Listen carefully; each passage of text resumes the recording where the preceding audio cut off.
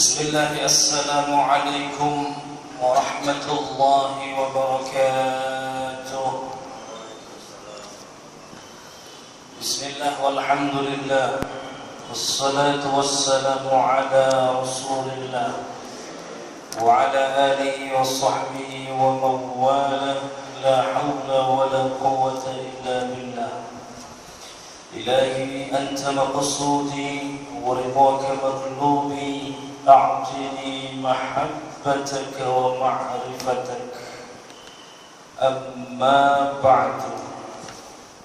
Faqala Allah Ta'ala fil Qur'anil Karim, a'udzu billahi minasy syaithanir rajim.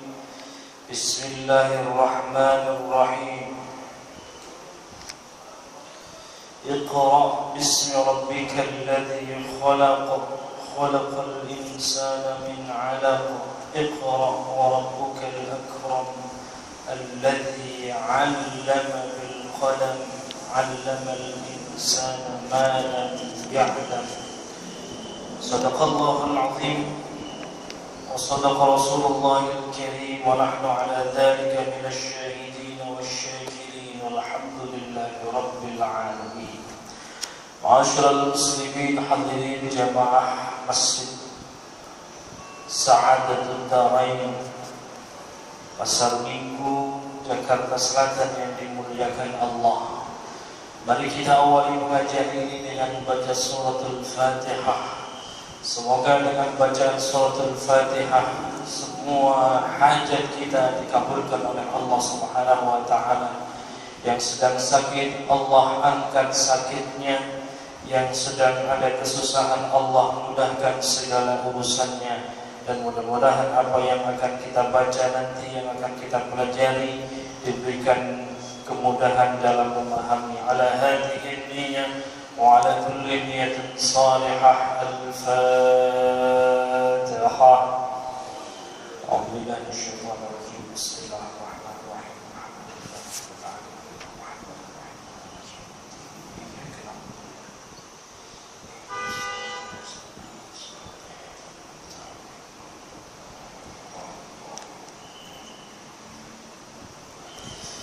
Jamaah sekalian yang dimuliakan Allah, kita kembali mengkaji dari kitab Bulughul Maram karya Al-Imam Ibnu Hajar Al-Asqalani. Malam hari ini kita akan mengupas tentang bab syurutis salati, perihal atau bab tentang syarat-syarat salat.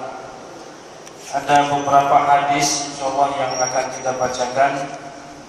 Insyaallah bab syurutis shalah ada beberapa hadis. Mungkin ada beberapa hadis saja yang akan kita bacakan. Tepatnya ada 23 hadis tentang bab syurutis shalah. Tetapi tentu tidak akan kita baca semua, yang poin-poin pokok dari yang akan kita kaji saja. Bismillahirrahmanirrahim. Bab syurutis shalah. An Ali bin Talq radhiyallahu anhu qala qala Rasulullah sallallahu alaihi wasallam, idza fasa ahadukum fis salati falyansarif wal yatawadda wal yu'idis salah rawahu al-khamsah wa sahhahahu Ibnu Hibban. Hadis yang pertama ini diriwayatkan oleh Ali putra Talq radhiyallahu anhu. Beliau berkata, Rasul bersabda, kata Rasul dalam hadis yang pertama ini, jika seseorang di antara kamu kentut atau buang angin waktu salat, wal yatawadda wal yu'idis salat, maka kata Rasul hendaklah ia batalkan salatnya. Jangan sudah kentut ini melanjut aja mumpung gak kedengaran orang. Padahal dirinya tahu dan Allah pasti tahu. Kalau sudah kentut sudah berarti batal. Wal yu'idis salat, lalu wudu wudhulah dan kembali pada sholatnya lagi. Batalkan, kemudian kita wudhu, lalu kita mulai sholat lagi. Jelas ya ini ya, tidak perlu diterangkan lebih jauh. Wa an Amir bin Rabi'ah radhiyallahu anhu qala kunna ma'an Nabi sallallahu alaihi wasallam fi lailatin mudlimatin fa ashkalat alaina al-qiblatu fa sallayna falamma tala'at asy-syamsu idza nahnu sallayna ila ghairi al-qiblati fa nazalat fa inama tuwallu fa thamma wajhu Allah akhrajahu at-Tirmidzi wa dha'afahu.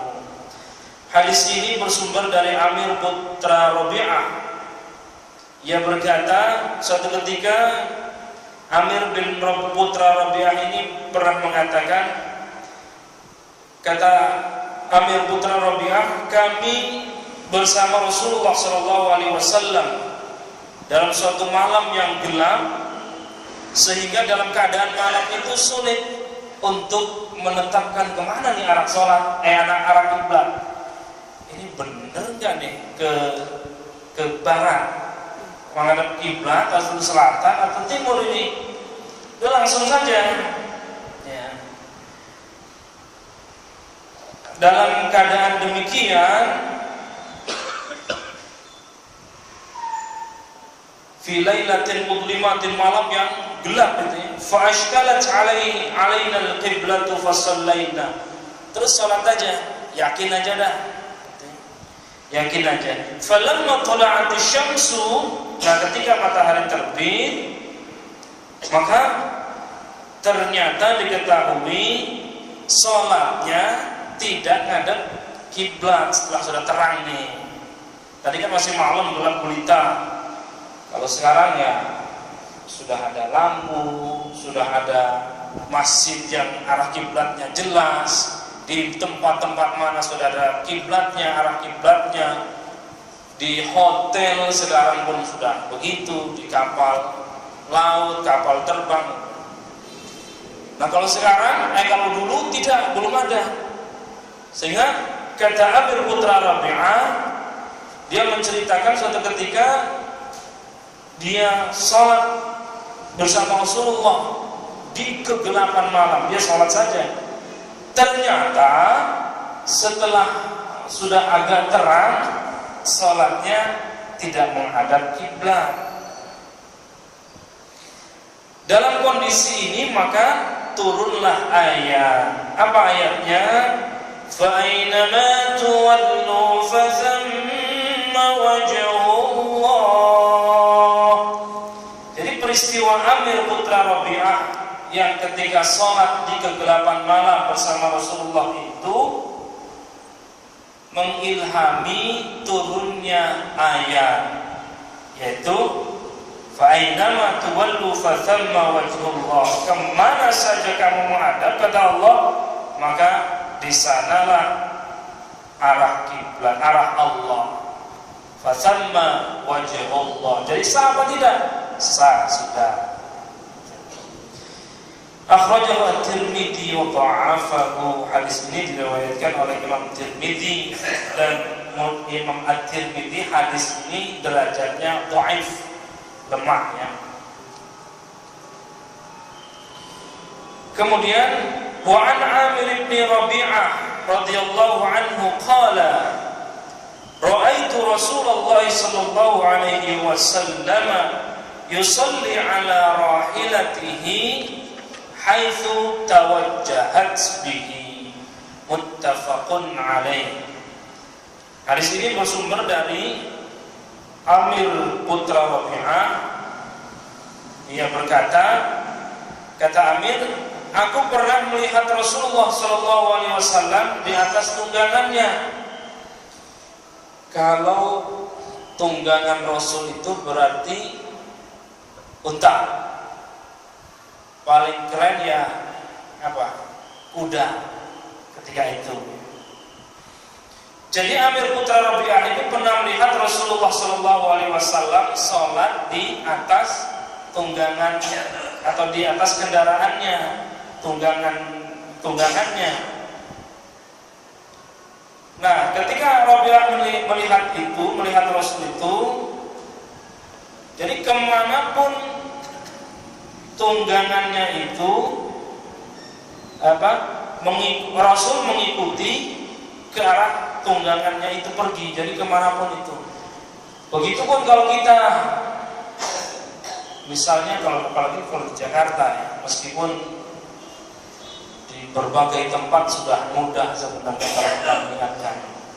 Mungkin suatu ketika kita dalam kondisi macet-macetnya, apalagi misalnya di Jakarta, ternyata waktu sebentar lagi mau habis, atau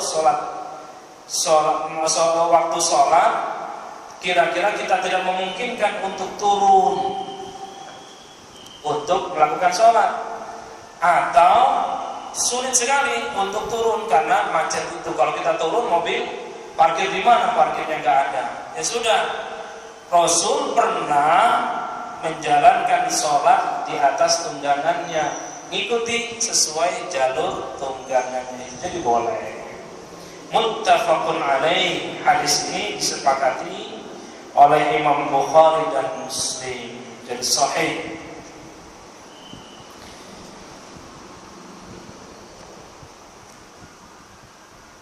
Ada lagi yang lain, persepsi yang lain, hadis yang lain. Wa li Abi Dawud min hadisi Anas radhiyallahu anhu, wa kana idza safara فأراد أن يطوع استقبل بناقته القبلة فكبر ثم صلى حيث كان وجه ركابه وإسناده حسن.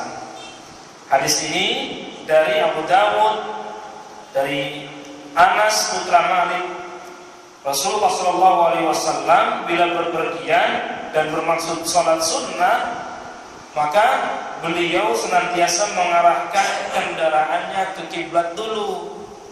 Jadi sebelum, dalam persepsi lain, perspektif lain, jadi sebelum kendaraan kita itu, mobil kita berjalan, hadapkan dulu ke arah kiblat, niat dulu. Maka Rasul pernah melakukan seperti itu. Jamaah sekalian yang dimuliakan Allah. Selanjutnya, wa 'an Ibnu Umar radhiyallahu anhuma.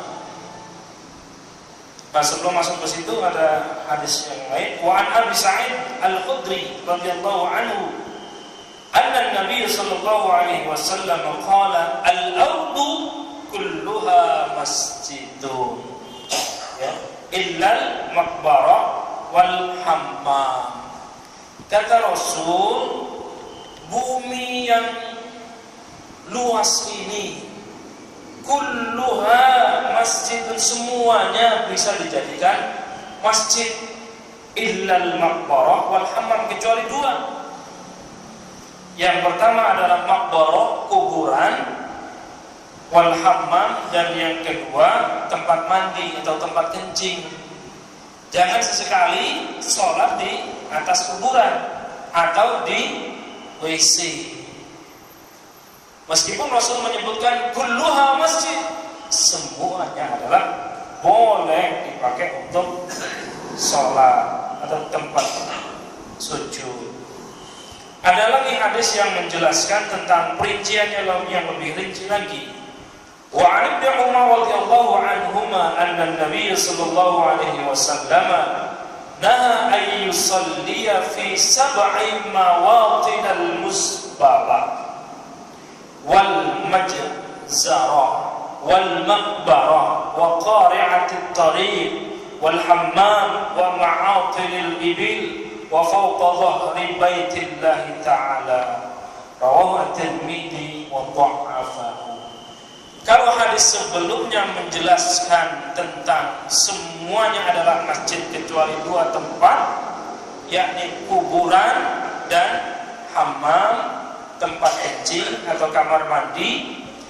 Kalau di hadis ini Rasul melarang 7 tempat untuk dipergunakan sholat. Nah, ini lebih Banyak lagi, kalau tadi cuma 2, kalau sekarang ada 7.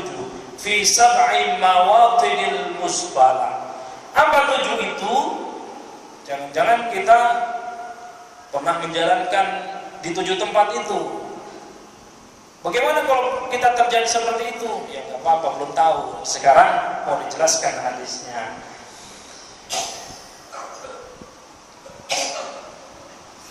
Yang pertama adalah tempat sampah. Ya. Al-musbala, tempat sampah. Tempat sampah jangan sampai kita gunakan untuk sholat. Kemudian tempat penyembelihan hewan, jangan juga tuh. Awas nih para jagal nih. Atau biasanya kita kalau habis Idul Adha, tempat sholat karena nggak mau pindah tempat, tukang jagal sholat di situ saja. Padahal Rasul melarang nih, ya. Pertama dari tempat sampah, yang kedua adalah tempat penyembelihan hewan, yang ketiga adalah maqbarah, kuburan. Kemudian waqari'atut thariq, di tengah jalan, jangan juga tuh. Di tengah jalan. Lah kalau itu sudah ditutup. Jangan sampai lagi jalan raya begini asik saja. Nah, itu yang nggak boleh. Kalau sudah ditutup di sana, sudah dikasih keterangan dipakai untuk sholat Idul Fitri. Nah, itu pengecualian. Meskipun ketika zaman Nabi belum terjadi itu, tetapi dalam hal ini boleh. Hadis ini menjelaskan di jalan raya tiba-tiba orang berhenti, padahal lagi lalu lalang. Jalan tol misalkan, Allahu Akbar, ketabrak. Maka Rasul melarangnya. Dalam kendaraan boleh. Kalau di tengah jalan rayanya itu yang tidak boleh. Kemudian di tempat mandi yang tadi sudah itu. Kemudian tempat menambat unta. Ya. Di sini nggak ada ya. Atau kalau di sini apa? Di pejagalan. Bukan pejagalan, apa namanya? Tempat jual beli hewan itu, apa namanya itu?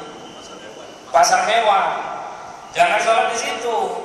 Maksudnya di tempatnya itu. Kalau memang ada musola khusus ya boleh.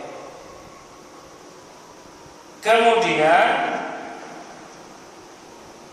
fawqa dhahri baitillah, jangan di atas Baitullah.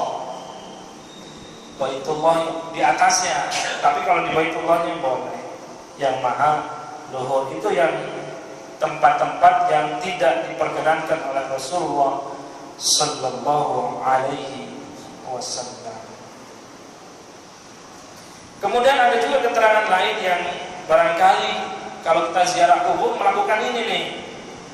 Wa an Abi Marzadil Al-Ghawi radhiyallahu anhu qala sami'tu Rasulullah sallallahu alaihi wasallam yaqul la tusallu ila al-qubur wa la tajlisu 'alaiha. Kata Rasul, jangan kamu sholat di atas kuburan. Ini mah ada tahu kita tempat kuburan di situ, kita sholat di situ. Kemudian yang kedua, wala tajlisu 'alaiha, dan jangan pula kamu duduk di atasnya. Ini bagi ziarah enak aja duduk di kuburannya, itu yang boleh. Biasanya orang yang ziarah duduk di atas kuburannya. Tahlil. Kalau tahlilnya nggak masalah, bagus mengirim doanya. Tapi duduknya itu yang disebut oleh Rasulullah Sallallahu Alaihi Wasallam. Nah, bagaimana kalau bukan hanya di Indonesia, saya kira di Masjid Nabawi itu kan samping Raudhah kan kuburan Rasul. Itu boleh apa tidak model ini? Di Indonesia Kalau Bapak Ibu sekalian pernah ziarah di Banten misalnya, itu di dalamnya ada kuburan-kuburan di masjid-masjidnya itu. Di mana lagi? Di tempat-tempat Wali Songo, itu masjidnya ada. Jadi tidak membongkar kuburannya, memperluas masjidnya itu, tapi dibiarkan kuburan itu ada di situ. Nah, bagaimana kalau model itu? Ini sama seperti kasusnya di Madinah. Apakah dulu zaman Rasul ketika dikubur itu ada di dalam masjid? Tidak. Atau jangan juga mempersepsikan masjid zaman Rasul itu seperti Masjid Nabawi sekarang. Dulu ya masih gubuk seperti biasa, jauh dari kuburan itu. Tetapi karena banyaknya jamaah haji, jamaah umrah dari seluruh penjuru dunia, maka dilebarkanlah Masjid Nabawi itu, sehingga kuburan Rasul itu ada tepat berada di dalam Masjid Nabawi. Nah, bagaimana orang-orang yang sholat di situ boleh apa tidak? Boleh, asal ada pembatas, dikasih batas bahwa ini adalah kuburan atau makam Rasulullah SAW. Ketika saya di Mesir misalnya, di Masjid Husain samping Masjid Al-Azhar, itu juga ada makam besar Imam Husain, cucu dari Rasulullah SAW. Boleh tidak? Boleh, dipagar tinggi. Jadi orang tidak sholat di dalam komplek tempat pemakaman itu, tetapi karena sudah dikurung, maka nampaknya ulama lebih toleran, membolehkan. Ya, apalagi ulama Mesir itu dikenal dengan ulama yang toleran terhadap ajaran agama. Yang tidak boleh adalah sholat di atas kuburan, dan kita juga dilarang untuk duduk di atasnya. Hadis selanjutnya, wa an Abi Sa'id radhiyallahu anhu qala Rasulullah sallallahu alaihi wasallam, idza jaa ahadukumul masjida falyanzur fa in ra'a fi na'laihi adhan aw qadaran falyamsahu wal yusalli fihi. Ini yang orang luput, termasuk kita kadang-kadang. Dulu ketika saya ngaji hadis ini, kitab Bulughul Maram itu selesai di pesantren di Sanawiyah SMP. Ini kiainya menjelaskan tentang hadis ini detail. Apa hadis ini mengatakan? Hadis ini dari Abu Sa'id Al-Khudri. Rasulullah SAW bersabda, apabila seseorang masuk ke masjid, maka telitilah. Ini falyanzur tadi kata Rasulullah SAW. Apa yang harus diteliti? Fa in ra'a fi na'laihi adzan aw qadaran falyamsahu wal yusalli fihima. Kata Rasul, bila ia melihat kedua sandalnya terdapat kotoran atau najis, maka basuh, kemudian dia sholat. Dalam hadis yang selanjutnya, lihat juga sambil mempraktikkan kayak itu, lihat di jangan-jangan nempel di kaki, telapak kaki kita. Kan kita tidak tahu tuh jalan dari rumah pakai sendal. Ini yang sering kita luput. Padahal bisa jadi kita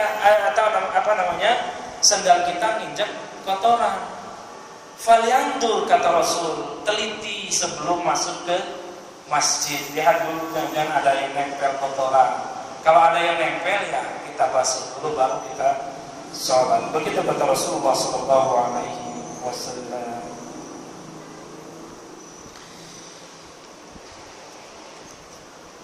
Wa an Zaid bin Arqam radhiyallahu anhu annahu qala in kunna lanatakallamu fi sholati ala ahdi Rasulillah sallallahu alaihi wasallam yukallimu ahaduna sahibahu bihajatihi hatta nazala hafidhu ala salawati was salati al-wusta wa qumu lillahi qanitin fa'umirna bis-sukuti wa nuhina 'anil kalami muttafaqun 'alaihi wal lafdhu li Muslim.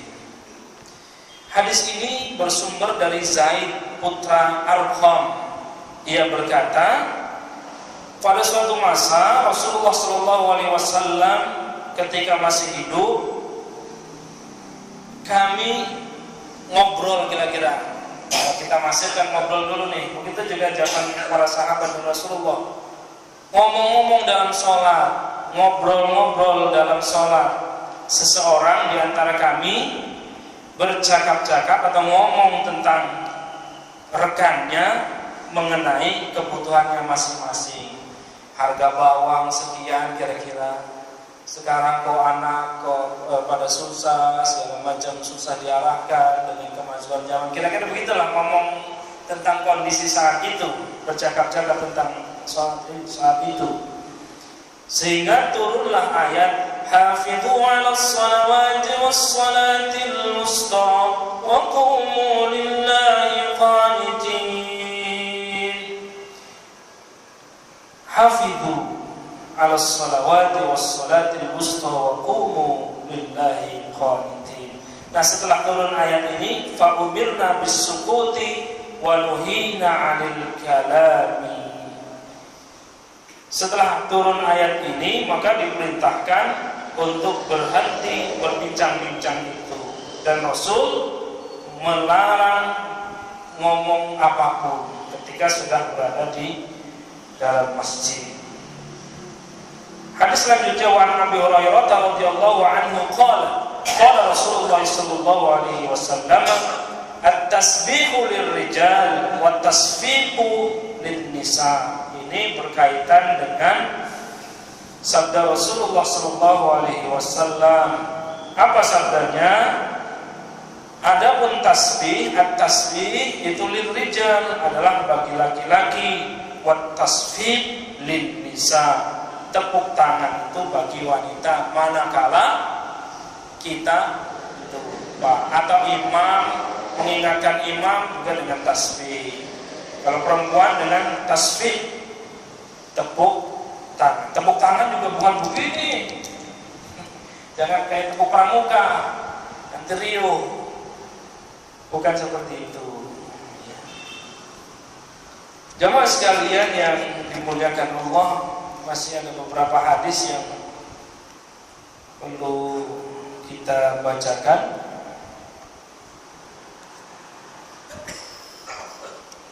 Wa an Abi Hurairah radhiyallahu anhu qala Rasulullah sallallahu alaihi wasallam uqtulul aswadaini fis shalah al-hayyata wal aqraba akhrajahu arba'ah wa sahhahahu Ibnu Hibban. Rasulullah sallallahu alaihi wasallam bersabda, uqtulul aswadain, bunuhlah dua hewan yang berbisa di dalam sholat. Apa itu? Al-hayyah wal aqraba, ular dan kalajengking. Prakteknya bagaimana? Misalnya ketika kita sujud melihat ular membahayakan kita, maka boleh kata Rasul kita membunuh dulu. Misalkan matiin, lalu kita lanjut sholat. Atau ada ular berbisa, kita bunuh dulu. Bagaimana prakteknya itu ya? Apakah kita membatalkan sholat dulu? Saya kira tidak. Masih dalam koridor rukun dan syarat sholat. Hanya saja kita misalkan ada kalajengking, ya mungkin kita menggibaskannya saja, bahkan boleh sampai membunuhnya, gitu ya. Itu pernah juga dijelaskan oleh Rasulullah SAW. Tetapi manakala itu hewan yang membahayakan yang disebut oleh Rasulullah adalah dua hewan yang berbisa, maka kita boleh membunuhnya, yaitu al-hayya wal aqrabah. Kalau nyamuk dan semut tidak disebutkan di sini, hanya dua itu. Nah, yang terjadi kalau sekarang adalah nyamuk. Bagaimana kalau nyamuk membunuh nyamuk? Nggak bisa berbisa, kan? Tidak berbisa. Mestinya kita mengikuti tuntunan Rasulullah SAW ini. Selama tidak membahayakan, maka kita tidak dianjurkan untuk membunuhnya. Gatal, ya diusir saja gatal. Terkadang kita mukul, ya. Nah, kalau itu memang belum ada tuntunannya tuh.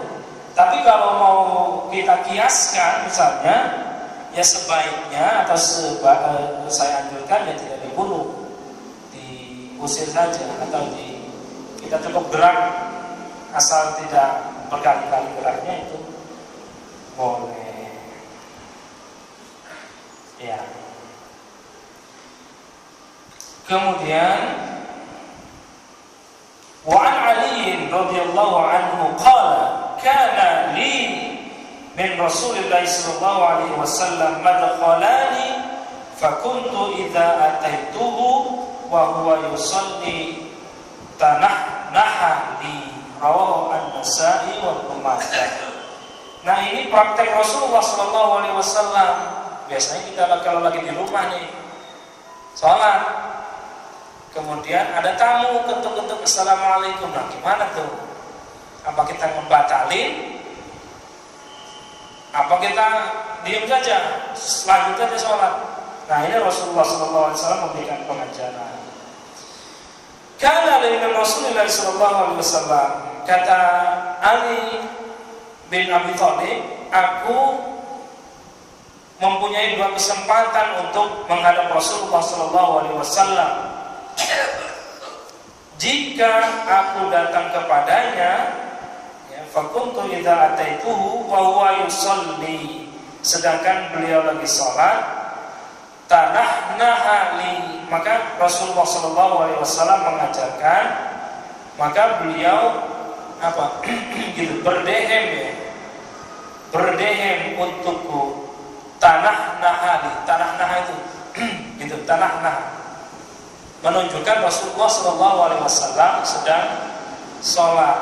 Ada satu hadis lagi yang pernah saya baca, Rasulullah mencontohkan dengan mengeraskan takbirnya, atau kalau lagi baca Qur'annya atau baca ayatnya dia mengeraskan bacaan sholatnya. Tetapi kalau lagi sholat sholat yang zuhur, asar, itu berarti takbirnya yang dikeraskan. Allahu Akbar misalnya. Tapi Rasulullah SAW di hadis ini yang disebutkan oleh Ibnu Hajar Al-Asqalani yang bersumber dari Ali bin Abi Thalib, Rasulullah, kata Imam Ali, dua kali berdehem gitu, menunjukkan Rasul sedang sholat. Hadis ini diriwayatkan oleh Imam An-Nasa'i dan Ibnu Majah. Jamaah sekalian yang dimuliakan Allah, nah ini tuntunan Rasulullah juga bagi yang punya cucu. Biasanya kan menggelendotin. Kadang-kadang kalau anak saya masih 10 bulan, kadang-kadang saya lagi sholat merangkak-rangkak. Nah, ini Rasulullah mengajarkan. Wa an Abi Qatadah radhiyallahu anhu qala, kana Rasulullah sallallahu alaihi wasallam yusalli wa huwa hamilun Umamah binta Zainab, fa idza sajada wada'aha wa idza qama hamalaha, muttafaqun alaihi wa li muslimin wa huwa ya ummun nas fil masjid. Hadis ini bersumber dari Abi Qatadah